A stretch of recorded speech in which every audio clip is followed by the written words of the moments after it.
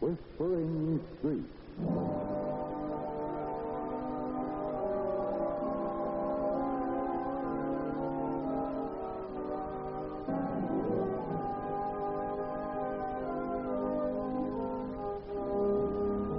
And here is Betty Davis. Hello. The whispering streets of a golf course wander across green fairways and over hill and down dale, and sometimes into tracks. Every street whisper of competition under a blazing sun, of good sportsmanship and bad, and sometimes, believe it or not, of love. But when Olive Trent came home that afternoon from visiting a friend in the hospital, a friend who was radiant over a new baby, she didn't realize that she was on the way to taking up golf. She went briskly into the living room and stopped short, for her father, a prominent surgeon, was deep in conversation with the handsomest young man he'd ever seen. He grinned at her and... Well, hello, Olive. Where have you been? see, Jim Stock's new baby. The baby I didn't deliver. It was very nearly born in a taxi cab, Dwight. Well, does it come up to her last one, Olive? Well, it's sweet, but, it lacks your touch. Oh, that's my girl. Oh, by the way, Dwight, this is my daughter, Olive. Olive Dwight Ferris. She's my healthiest ex-patient. That I am, since you yanked out that cranky appendix. Hi, Miss Trent. Hello. Dwight here was just saying I should take up golf. He's quite a whiz at it, but I told him you can't teach an old dog new tricks. I'll stick to gin, cribbage, and surgery. Golf's a grand game, Miss Trent. Do you play? Well, no, but I've been thinking of taking it up before long. You wouldn't have time for golf, honey. What with running the house and shouldering the assorted problems of an army of helpless friends, you're full up. Yeah, she's been completely in charge of our home since her mother died, Dwight. She was only 16 then. Oh, no, Daddy, don't. I've got plenty of time. Oh, where do you play, Mr. Ferris? At Alder Creek. That's only a few miles from here. I'll put you up, you say the word. Oh, I wish you would, Daddy. You can give me an Alder Creek membership for my birthday. Well, I think you must be out of your mind. You said you wanted a roadster for your birthday, and I was seriously considering it. Golf will be much better for her than a car, Dr. Trent. And she has the build for it. Tall, slender, broad shoulders. It's a deal then, Miss Trent. I'll put you up at the next meeting. And after that, I'll be seeing quite a lot of you on the course.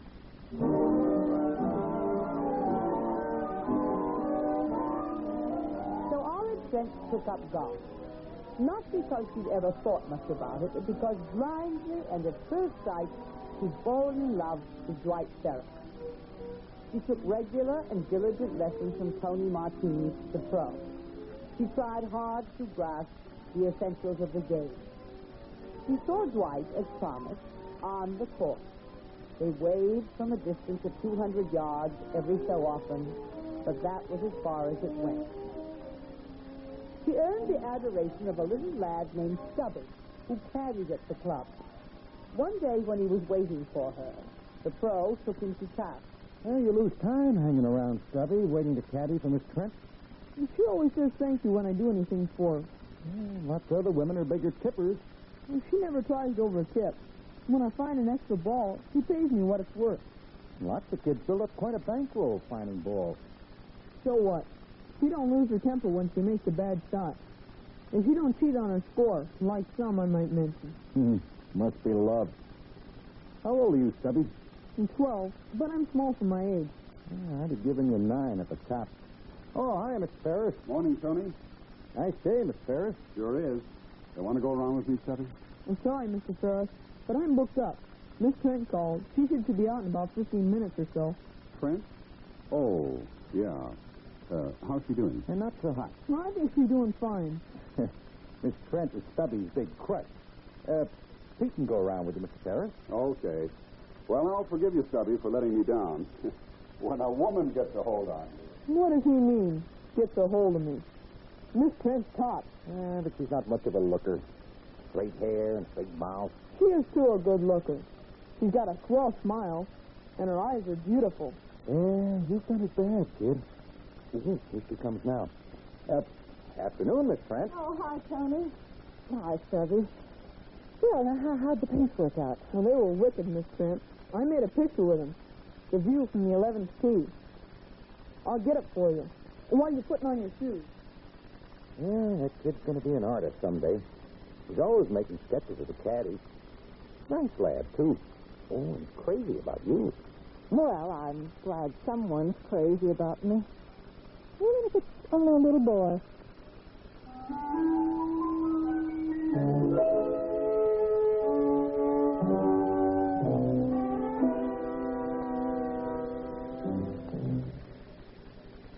In just a moment, Betty Davis will be back again. But first, now that Social Security taxes are being deducted from service pay, military time back to 1951 can be credited toward both military and Social Security retirement.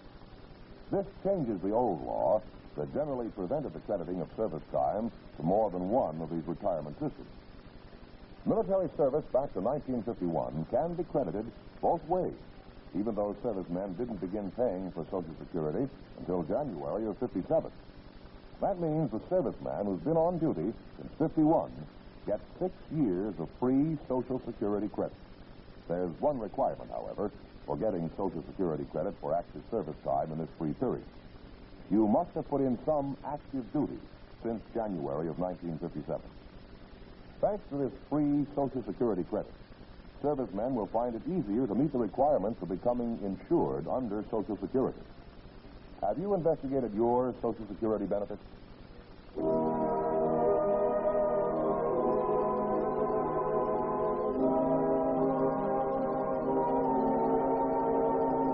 And now, back to our story with Betty Davis. It was a nice day. June weather.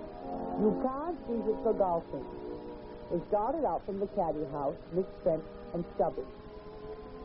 Miss Trent teed up and made a pretty fair drive. Someday you'll be a real neat golfer, Miss Trent. Honest and truly. I wish I could justify your faith in me, Stubby. Hey, did I see Dwight Saracen signing in? Yes, sir. He's just a couple of holes ahead of us. He gets some real cool shots. Oh, he's wonderful. Not only on the golf course, but he is heaven just to women. I'll bet he'll play 36 holes today. Do you sort of admire him, Miss Trent? Oh, who doesn't? I took up golf because I thought, I hoped. Oh, sometimes, Stubby, I wish I'd never seen a brassy or a number 2 iron or a sandblaster or a putter or... Oh, it's so frustrating to play as badly as I do.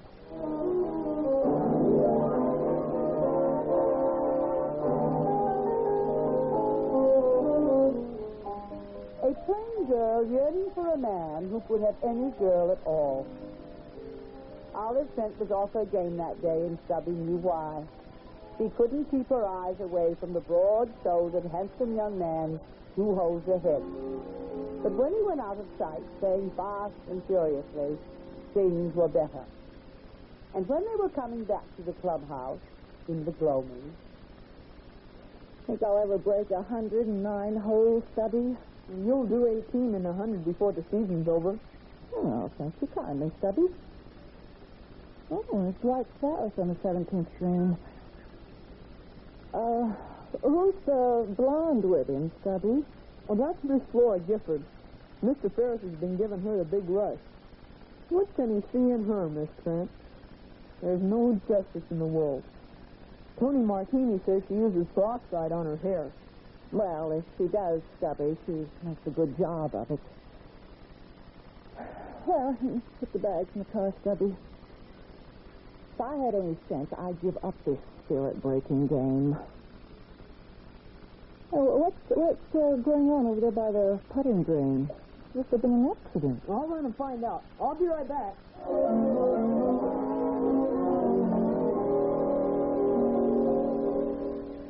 Olive was standing in the park when Dwight Ferris and his companion caught up with her. Dwight introduced the two girls, and Olive admitted, mentally and with a thinking heart, that the blonde was even prettier close up than she was from a distance. She was glad when Stubby came trotting back. A man just had a heart attack, Miss Trent. He's in bad shape. Your father stopped to pick you up, and he's taken over. Well, it's lucky you came when he did. Know who it is, Stubby? Yes, Mr. Ferris. His name's Mr. Parnell. Oh, goodness. John Parnell has a wife and a 14-year-old son. Yeah, Neil. He caddies here sometimes. Yeah, I know he does. Well, if you folks will excuse me, I'll see if there's anything I can do to help. Tell your dad I'm here if he needs me.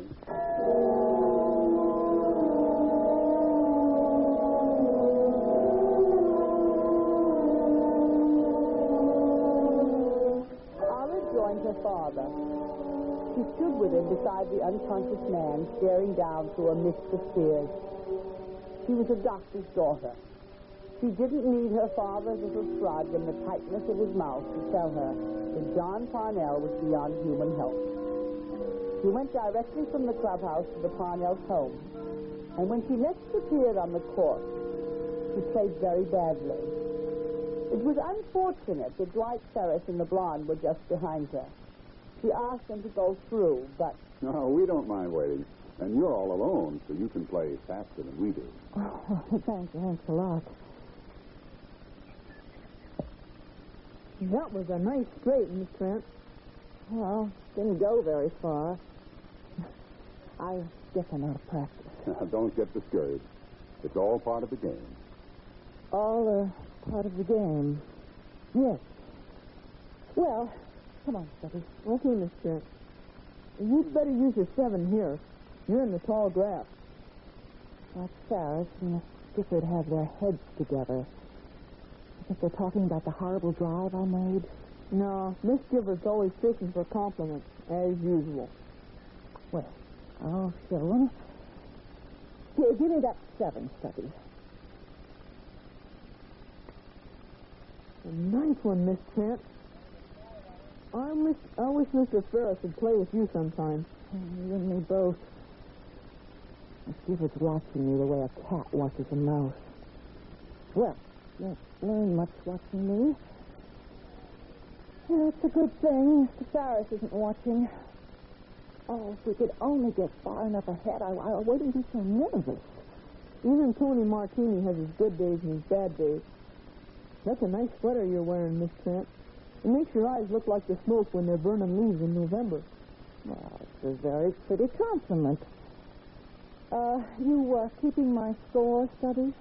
Well, if you'd rather I didn't. No. I'll take my punishment. Have we left them behind? Yeah. They're taking it kind of easy. Oh, if I could only get one good drive, Stubby. Just one. Well, you get a good drive, all right, if you don't hurry it. We're coming up to the 6. I like the 6. It's sporting. Well, I like it because it's short.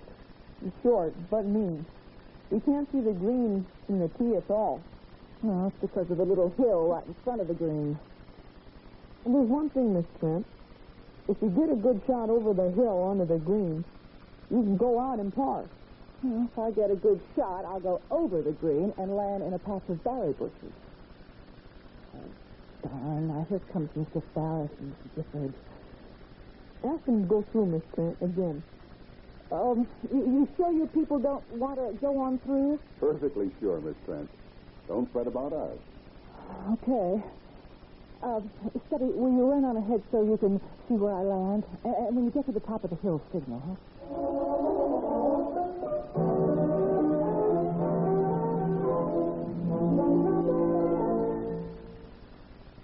In just a moment, Betty Davis will be back. Do you know the story of Happy Mountain? Happy Mountain is the name of an orphanage, a community of hope for the lost children of Korea. Shortly after the Korean conflict, American troops in Busan built it when they discovered that somebody had to do something about the homeless kids wandering the war-torn streets, living on scraps of garbage. The money came from individual contributions, from chaplains' funds, unit funds, many places. It grew from a solitary structure to 18 buildings handling some 1,400 child orphans. They receive shelter, food, clothing, and medical help. But Happy Mountain is just one example. For men of the United States Armed Forces have donated over $500,000 toward the building of various institutions, orphanages, schools, hospitals, and churches in Korea. The generosity of these men gives us a thought to remember. We are Americans. As we go, so goes America.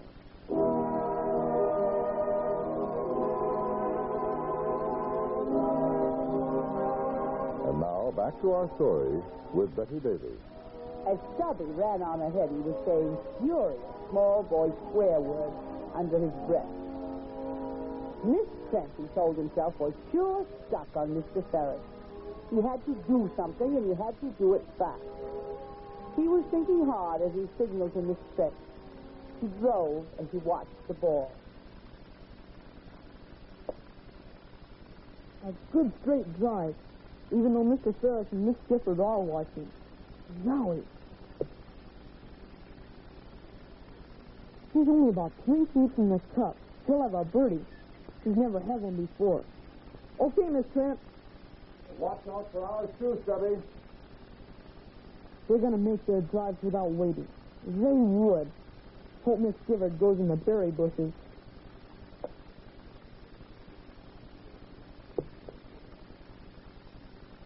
Darn the luck. She's right beside Miss Trent.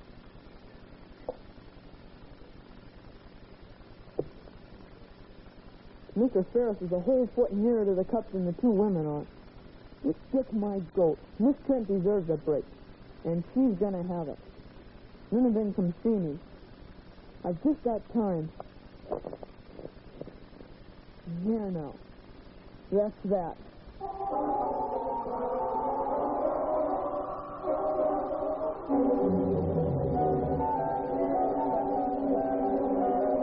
They rose up over the hill as Stubby, trying not to look guilty, watched from the edge of the green. Dwight Ferris was in the lead, Flora Gifford right after him. Miss Trent a good 10 yards behind. It was Dwight who spoke. Did I overshoot as usual, Stubby? No, sir. There you are. One putt'll give you a birdie. You're right beside me, Flora. Oh, you're wonderful, darling. Oh, Stubby, now don't tell me I'm in the rough. Oh, when you called okay, I hoped against hope, but maybe... It looked like it was going straight, Miss Trent. I just took my eyes off for a minute and... What ball were you playing, Miss Trent? Silver Eagle. Well, Brand new. I'll help you hunt through the rough, Stubby. Oh, don't bother, Mr. Ferris. Stubby, now look, after you two go on. I've been holding you up for ages. Well, if you're sure you don't mind, Miss Trent. A birdie for Uncle Dwight. Well, I'll just get my ball out of the cup and... there's a ball in the cup. There's a ball in the cup already. Miss Trent, did you say a silver eagle?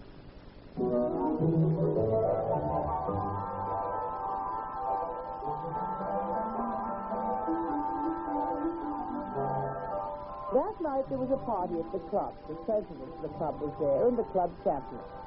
And Flora Gifford was there, Honest Porter. And Dwight Ferris was there, and so were the Board of Governors, en masse. Stubby was watching through a window when they put Miss Trent's name on the board after the name of the man who'd made a hole-in-one 7 years before. They were the only two who ever made a hole-in-one at Aldertree. When the people started clapping, Mr. Trent began to cry. Here, take my handkerchief off. Thanks, Dwight. I'm a fool, but I am so excited. You look like a little girl with her first Christmas present. A round of champagne, folks. We'll toast the new champion. I know champions, Dwight. I was standing there when you drove. It was a darn pretty drive. Come on over, Flora, and drink Olive's health. What do you know? She's walking out of the room. She's pretending that she didn't hear me. What a bum sport. Well, maybe she didn't hear you. And besides, it's ridiculous. It was only a stroke of luck that I made it. It was a stroke of luck for me, all right. You know why, Olive? No, I don't. Well, then I'll tell you. Your hole-in-one brought me luck, Olive, because it made me see you. Really see you. For the first time. Here's the champagne. Take your glass. Now, for me. Is everybody getting theirs? All right, here's the toast. Olive Trent, Alder Creek's own Annie Oakley. Yeah, go to it, Olive. Speak. I can't. You must. All right, now, pipe down, folks. Come on, listen to the ladies. Well, then,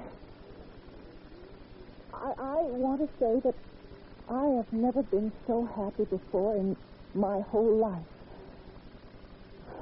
I feel as if I've just been born, that the whole world's opened up in front of me.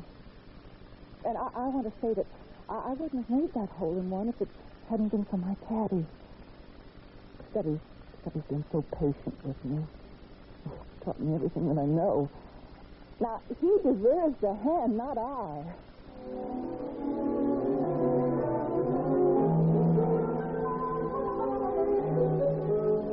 Stubby, watching from the outside with Tony Martini, felt hot guilt rising up to choke him. He was glad that it was dark. Too dark for the pro to see his expression. He flinched when Tony spoke. You get that, Stubby? You're right. Miss Trent is some gal. Tony, I was responsible. I gotta tell you, and then I gotta go and tell everybody. All right, well, what do you mean? She wouldn't have made that hole-in-one, but for me. I pushed the ball into the cup with my foot. You little stinker. You see her in there? First time she ever looked pretty. Now, if you tell, you'll ruin things for her. I know. So we'll keep it to ourselves. You'll have to carry your conscience around with you forever, Stubby. It'll be a punishment for doing what you did. But we can't spoil her life. And from the way things look, that's what it would amount to.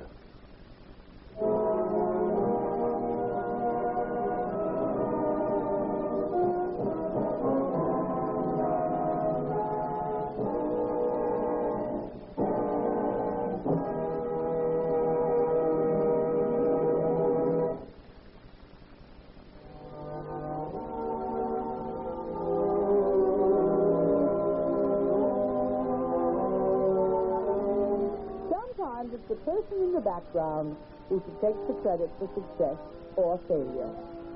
And sometimes it's a sudden, tragic emergency, death striking out of nowhere, that brings failure to a whole family. It was so with the Parnells, for after her husband's death, Madge Parnell lost her grip on things and ceased to do her duty by her son.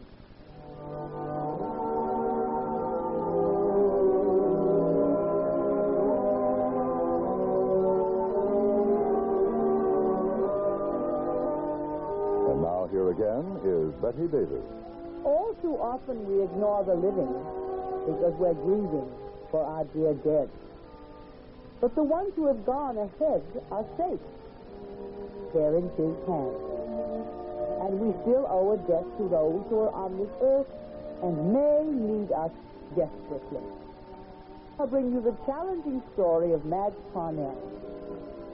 Until then, this is Betty Davis saying goodbye from the Whispering Street.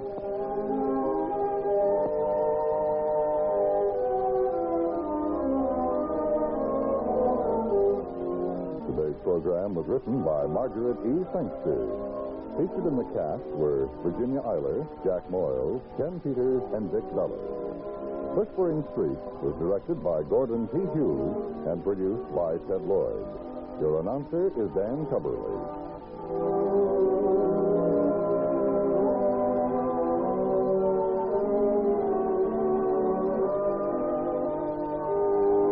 Whispering Street has come to you through the worldwide facilities of the United States Armed Forces Radio and Television Service.